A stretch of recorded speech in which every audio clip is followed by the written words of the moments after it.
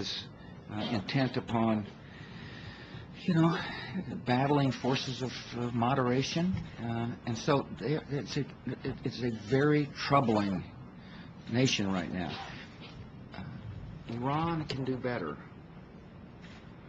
The government is isolating its people. The government has caused America and other nations, rational nations, to say, we will work together to do everything we can to deny you economic opportunity because of the decisions you are making.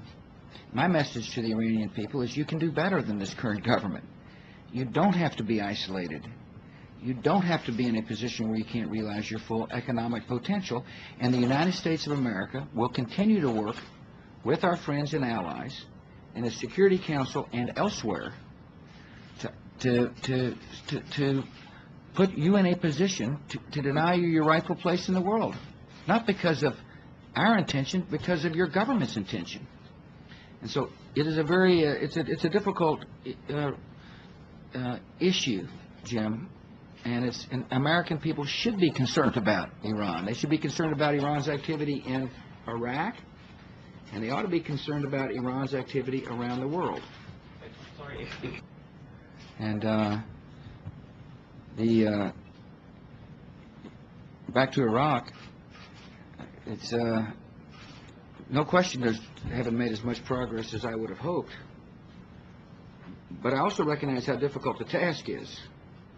And I repeat to you, the fundamental question is it matter whether or not there is a self-governing entity that's an ally in the war on terror in Iraq? Does it matter?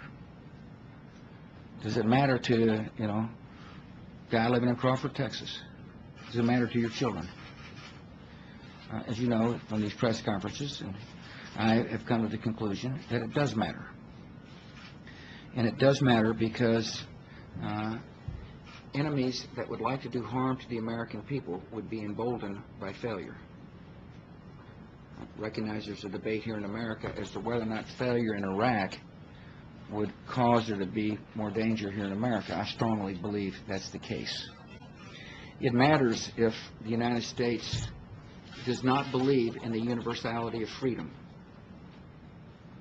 It matters to the security of people here at home if we don't work to change the conditions that caused 19 kids to be lured onto airplanes to come and murder our citizens. So the first question one has to ask on Iraq is it worth it? I could not send a mother's child into combat if I did not believe it was necessary for our short-term and long-term security to succeed in Iraq. Once you come to the conclusion that it's worth it, then the question you must ask is how difficult is the task of a young democracy emerging? Those who study the Articles of Confederation would recognize that there are difficult moments in young democracies emerging, particularly after, in this case, tyrannical rule.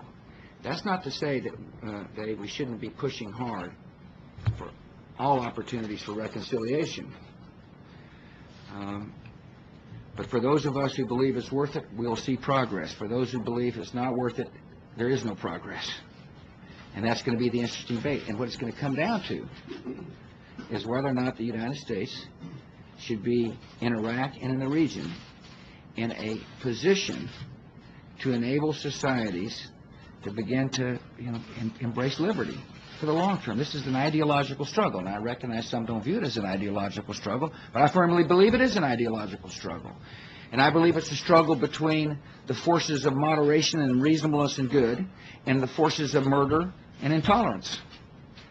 And what has made the stakes so high is that those forces of murder and intolerance have shown they have the capacity to murder innocent people in our own country. And so I put that in the context of accountability. In the case of Iraq, it's a lot more complicated than just the passage of 4 laws, even though I would hope they would get the 4 laws passed. But again, I repeat, the threshold question, does it matter? Does it matter to our security here at home? And the answer is absolutely it does. It does. And then the second question really for a lot of Americans is, can we succeed? And in my mind, the answer to that is absolutely, not only we must succeed, succeed. We can succeed. Listen, thank you all for your time. Appreciate it. But